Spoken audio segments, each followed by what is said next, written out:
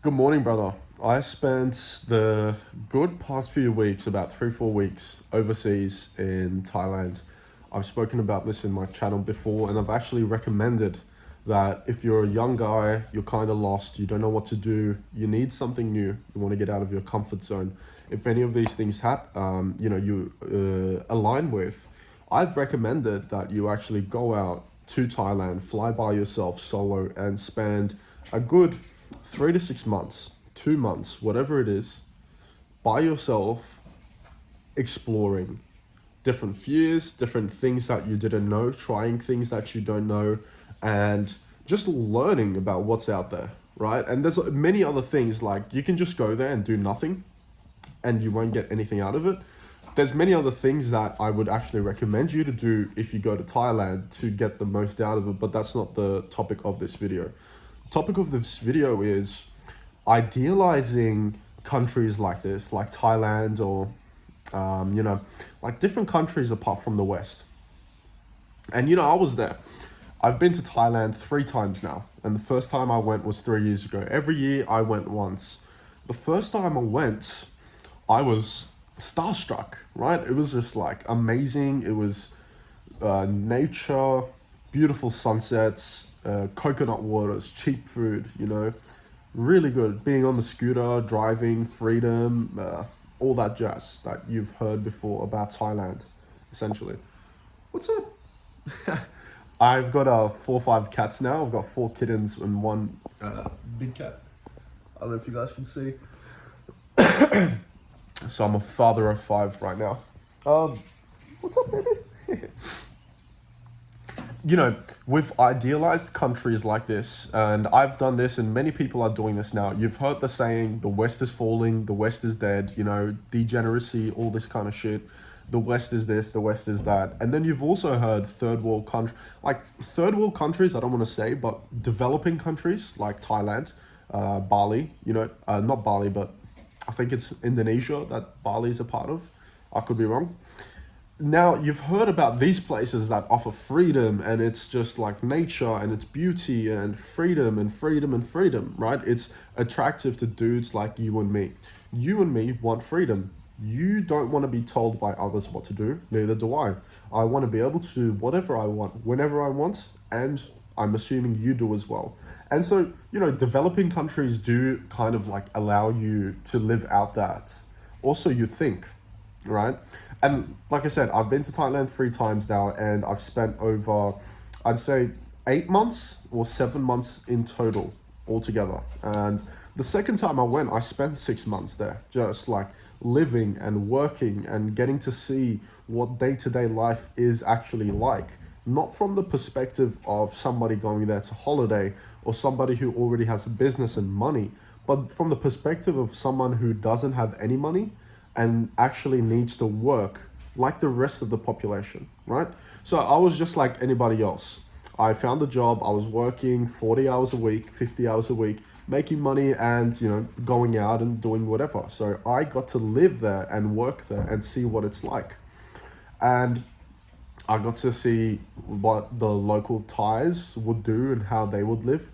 I got to see how the Burmese would live and work. And, Thailand, this is one of the things, this is one of the deceptions about Thailand, okay? When you go to the islands like Koh Phangan or Koh Samui or, a couple other islands, those are the ones I've been to, so I can speak about it. The majority of workers aren't actually Thai, right?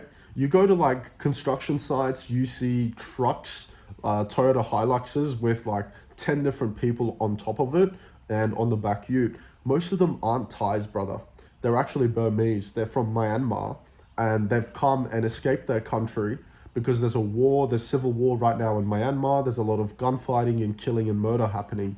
So they've escaped. Most of them have actually left their families behind. Their kids, their mother, their grandfather, everything, they've left them behind, and they've escaped to Thailand to find work. And what they do, they work fucking 70 hours a week non-stop, and they send most of that money back to the country, to their family, so that they can live, right? So it's a fucked up lifestyle. And like I said, most of these workers are actually Burmese. They're not Thai. Thai people, the lowest of the Thai people, in terms of class, they do construction jobs, like same in every other country, right? If you barely make any money, or if you're kind of in the low status, you kind of end up going into like construction, physical labor, cleaning, sewage.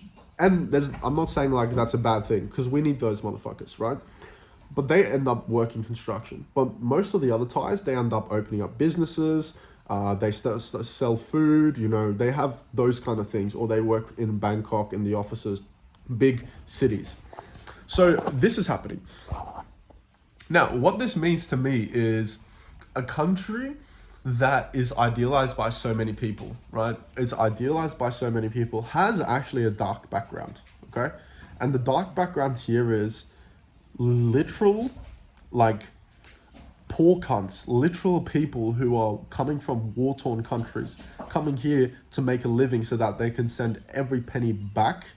And, it's a shock, right? Because I'm not saying this is a bad thing. I'm not saying it's a good thing. I'm just putting it out there. It doesn't really, it doesn't sit well with me, okay? And I'll tell you why. You go up to this island, Kopangan, right? You go up to this island, you're on the boat, you land, you take a big, deep breath in, and you're like, I'm here. I've made it. Beautiful place, great sunshine, amazing villas, right? Beautiful villas, beautiful hotels, resorts, beaches, everything. But you know what happens? So there's this one big road that goes kind of, not all the way around, but I'd say 70% around the island, okay? And then inside there's another road called Middle Road that just goes from south to north. Now, between the hills and the valleys are also many smaller roads. And guess who lives there? The Burmese and the local Thai. Guess what conditions they fucking live in, right? Shacks. It's literal shacks made out of metal sheets, bit of plywood here, bit of plastic there, right? Put up together. Shacks with no AC inside, but probably a few fans. And I wouldn't even be surprised if they didn't have fans. They've got a couple fans in there. No running water. And even if you do have running water, Thailand running water is not drinkable, right? It'll make you sick. So you don't drink that anyway. So there's no point. They barely have toilets, right? And it's in the middle of fuck all. So you get mosquitoes, you deal with the insects in the bush, you deal with the heat in the bush, the living conditions in there, right? Imagine sleeping at night. It's 31 degrees outside. Imagine sleeping at night. There's no fan, there's no AC. You're in the middle of the jungle, no airflow, no wind, right? It's no breeze. You're fucked. And then now, here's the shock. So you have this like little slums, literal slums. Like if you think of Karachi, Pakistan, like literal slums of people living in shacks, okay? And it's not like, as bad as Pakistan, Karachi, but it's still pretty bad. Wait, get off my TV. Hey, off the TV. Look at this motherfucker on my TV. But then, what do? You walk around, you go to the coastal road, okay? And then you have the best restaurants on the water, on the beach, right? Amazing lighting. They got live music. They can charge thousands of bahts for great food. They've got resorts on the beach, villas built on mountains that are just so pricey and so good looking. You've got all this like luxury, but it's a deception. It's a false front. It's built off of the backs of literal slaves from other countries who they're literally running away from war. They can barely afford to make ends meet. They live in the shittest conditions and they break their backs every single day, coming in, building all these beautiful villas so that people like you and I, right, with no fucking humility and no like humbleness, go there and pretend we're living like kings. And we don't even understand the amount of work, the people that went into building this and creating this place so that you can go and live there. And it was a shock to me. It was a pretty big shock to me, right? One of the other things that I've realized is nature. Thailand's nature is beautiful, amazing beaches, beautiful cliffs, and islands. Oh my god, tropical islands, like paradise. I'm living in paradise. Wow, hippie hippie. Yeah, about that actually. That was pretty disappointing to me. That was really, really shocking, a bit disappointing, and it kind of ruins a little bit And what I'm saying is, you go up to this tropical island that you heard so much about, beauty and shit like that, yeah? If you go there for holiday, you won't realize any of this. You will just have a great time. You'll be having fun. You won't worry about anything. You won't notice anything. But if you've lived there for a while and you change your perspective from looking at the island from the lens of someone going on holiday, and rather you change that and you put on the lens of someone living there, you start to pay attention. What do I mean by this? You're driving on the roads, right? The roads are fucking shit, firstly. There are no roads. How, I don't even know how these are considered roads, okay? Firstly, there's no markings. Roads are everywhere. They've got potholes everywhere. They're not well looked after. They look fucking ugly. They look like an eyesore. And there's just shit on the roads, right? You've got plastic wrappers. You've got a bit of sewage leaking from bags. You've got trash can remains on the bag floors. Glass, bit of sand, bit of gravel. It's just shit on the floor. It's very, very dirty, right? You can't walk barefoot on these roads. It's unhealthy as fuck. Like, you'll catch some sort of fucking parasite, or you'll step on some glass and just allow this bacteria to get into your body, right? It's shit. It looks bad. Don't lie. It looks bad. Okay, it doesn't look good. And I'm comparing this to Australia, which is where I live. And Australia is the West, it's falling, degeneracy, no freedom. Okay, cool, but like, listen to me, okay? Listen. I'll get to my point. Now, Australian roads, beautifully marked. Every single road has a pedestrian walkway as well. The pedestrian walkways have grass and trees built in. The actual roads are designed well. They look good, right? They've got markings. They look clean. The pedestrian walkways are maintained. They also look clean. And again, they've got trees, they've got grass. So they put in a bit of effort. I don't see any roads on the islands that I've been to, and a bit of like Suratani and Hatyai that I've been to. Hatyai that I've been to. It's just not like that, right? It's just not like it. It's just road, and then on the side is like a bit of rubbish, and on the middle is a bit of rubbish. There's plastic bags everywhere, dumps everywhere. It doesn't look good. So that's one of the things. And then you go to the beach. Oh, you've heard so much about the beach, taking Instagram photos. It's beautiful, it's gorgeous. Upload it to Instagram, oh, I'm living in paradise, hippie yippee. Yeah, wait until you see what's on the beach. You go to the sand, there's cigarette butts everywhere. There's little butts from people smoking weed and throwing it on the floor. There's beer cans, there's sandals, there's rubbish, there's glass. There's just shit on the sand. And then you go back, so you got the water, you got the sand, and then you've got like a bit of hill, and then, rest of civilization. You look at this area, there's even more rubbish. The people have just thrown it in hopes of hiding it away from people. Plastic bags, sandals, half-broken shit, cigarette butts, even more, okay? Then you go to the water. There's fucking boats everywhere. There's pollution on the water. There's plastic in the water. There's shit in the water. Sometimes the water isn't even clear. Like, I was in Chawang Beach in Samui, and there's parts where the water's actually yellow. Like, it looks disgusting, right? And when the water's yellow in Australia, it's because of high iron in the rivers and the lakes. But there, it's just shit. You don't get yellow water in the ocean or the sea. If you have yellow water in the sea and the ocean, that's a bad thing, right? It's probably polluted. And it's polluted, it's unswimmable. Again, you're walking on the sand. Every now and then you're stepping on glass shards and cigarette butts and people throwing their beer cans or plastic bottles on the beach, right? There's nobody there cleaning up. There's more people selling stuff on the beach. Another thing, you go to Samui and you go to the busy areas, there are no beaches, brother. There is no such thing as a beach.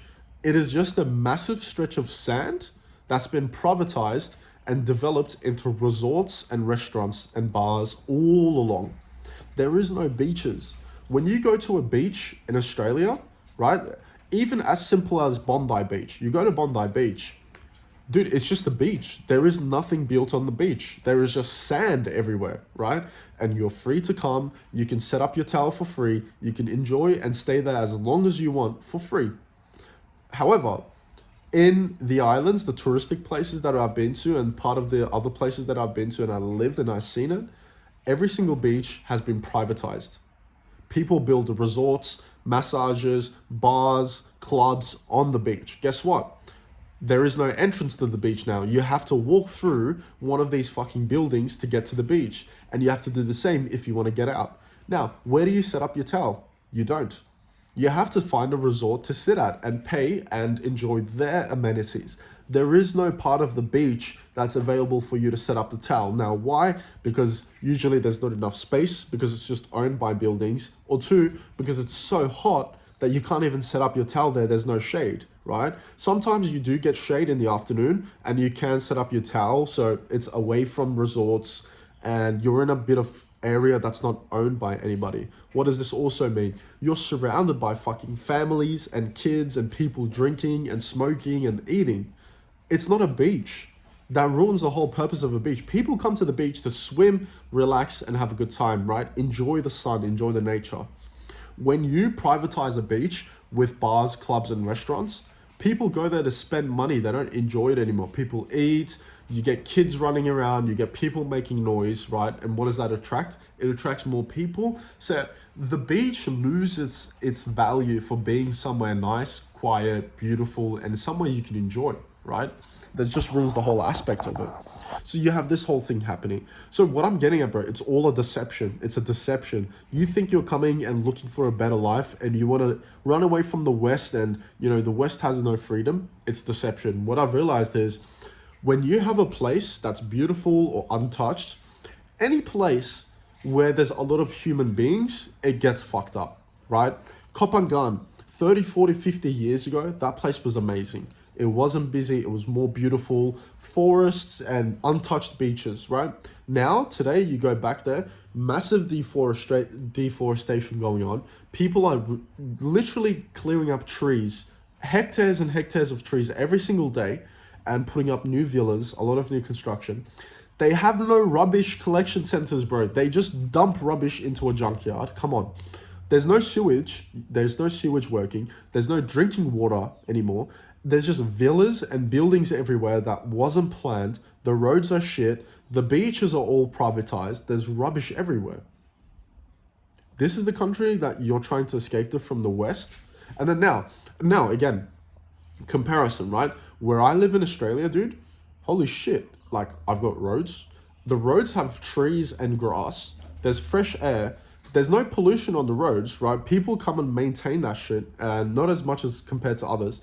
The beaches are pristine, right? Untouched, completely. It is not owned by anybody. It is owned by you and me. It is owned by the public. We have a right to go to those beaches, right? We enjoy it. The nature is actual fucking nature, right? It's untouched. It's beautiful compared to that. And now we're talking about freedom, right? Oh yeah, you know, we need more freedom. The West offers freedom. Do you know why the West offers freedom? Because we haven't fucked it up. Excuse me. Do you know why? Thailand, you know, people go to Thailand for freedom and Bali for freedom. You know why they have freedom? Because the West hasn't fucked it up yet. We haven't fucked it up yet. Us Western people, the people who are living in the West, we haven't fucked up those countries yet. I'll tell you. Because you go to the rural side of Thailand, they won't put up with that shit, right? They'll tell you to go get fucked if you smoke in public, if you're smoking weed at restaurants and bars and open, right? If you're acting like an idiot, you're just drinking, they'll tell you to go get fucked. But the touristic areas, they need tourists to make money. And guess what? Thailand is a majority touristic country, right? They get many, many tourists every single year. They can't afford for tourists to not show up. It kills businesses. It destroys, you know, all the fame and all the amazingness of Thailand. They just don't make money. So they need people to come to the country. And then you have a lot of people coming to Phangan, to Samui, to all these places, and they fuck it up, right? People don't wear helmets. They ride on the road like idiots. They smoke and drive. They drink and drive. They smoke in public, throw their cigarette butts on the floor. They act like idiots. They get drunk and start fights. There was a stabbing 3 weeks ago in the island that I was at because, literally, get this, dude. This fucking Israeli dude, not that I think it matters, but maybe you should just know, this dude literally was hitting on a girl. The girl didn't like it. She got creeped out. So she told her friend about it. And her friend, which was a dude, went to the guy and he's like, yo, dude, that's not cool. You know, my friend doesn't like it. The dude that instigated this got offended and fucking stabbed the guy. This is the people that Kopangan and these islands are attracting. Fucking idiots, right? And the more people that go to these islands, the faster it's gonna get fucked up. Because guess what? That means more forests being destroyed for villas, more beaches being cleared for villas and restaurants and resorts, right? More shit on roads, just busier roads. The roads aren't made to handle this shit. More people means more drinking, more fucking drugs, more messing around, no helmets, more accidents, more everything. And now, what was once a beautiful island, you're fucking it up. Why? Because of us. Because we're taking our spoiled little fucking lives and going there and living like spoiled kings. We don't have respect for the place. We don't have respect for its safe environment or cleanliness or anything. We're just using it and exploiting it. Now, this freedom that you want so much, being able to ride with no helmets on scooters and smoking in cheap food and stuff, this is all a fucking fantasy because it's disappearing day by day. In 10, 15, 20 years, you won't hear this shit, bro. There will be no freedom left on these islands because the more people that go to these islands or to these touristic places, the more fucked up it gets. Anywhere there's a lot of people, there's a lot of human beings, that place is guaranteed to get fucked up. And what does this mean for these touristic places, the freedom places that you and I aspire to live in so much? More police. More police equals more control. More control equals more surveillance, right? They're going to keep checking you. They want your ID. Hey, Farang, foreigner, come here. Why don't you have a helmet? Why? Let me see your passport. Let me see this. Let me see that. More control. So now laws, you have to wear a helmet. No speeding. You can't smoke. You can't drink. You can't do this. You can't do that. Your freedom's been taken away. Why? Because a lot of us came up, thought we could live this free life in a country, right? More people came.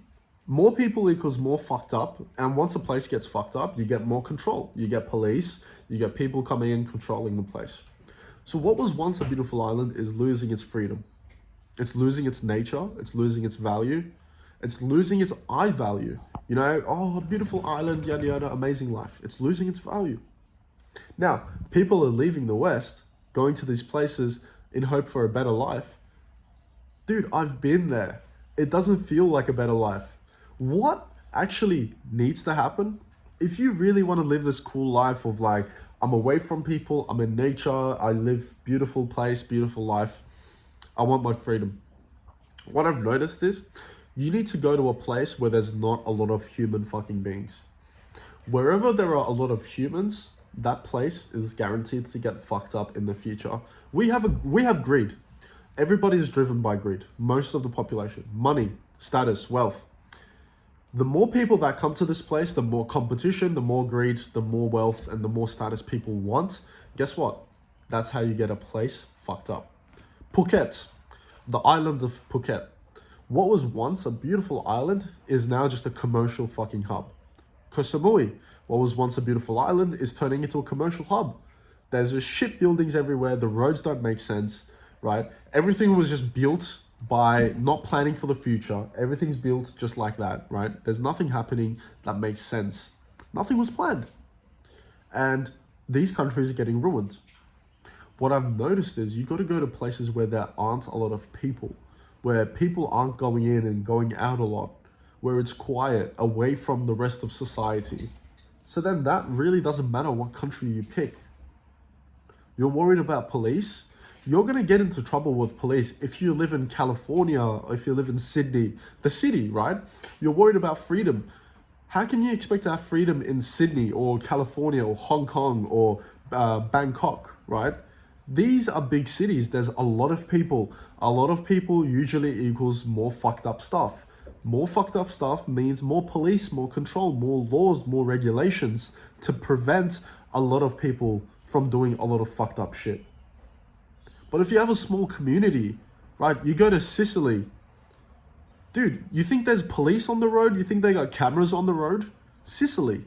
They're just villages. People are living their quiet lives. That's what you want. That's what you want. Not fucking Koh Samui or Phuket or Pattaya City, and you think this is beauty and nature and freedom. In a few years, it won't. In a few years, it'll be like anywhere else. Pollution, a lot of people, traffic, police, control. So what I've noticed is you've got to go to places where there aren't a lot of people. So what does this mean for me? It's not about me going and trying to make a living in Thailand anymore. I don't give a shit about that. I've been there now and I've seen it, and it's not a place that I could live knowing that my front yard is fucking polluted. The beaches I go to swim at every day are polluted, right? There's no care, there's no maintenance, nobody's looking after the roads, no one puts an effort to clean up, and it's just going to get busier and busier and more people and more construction. Yeah, no thanks.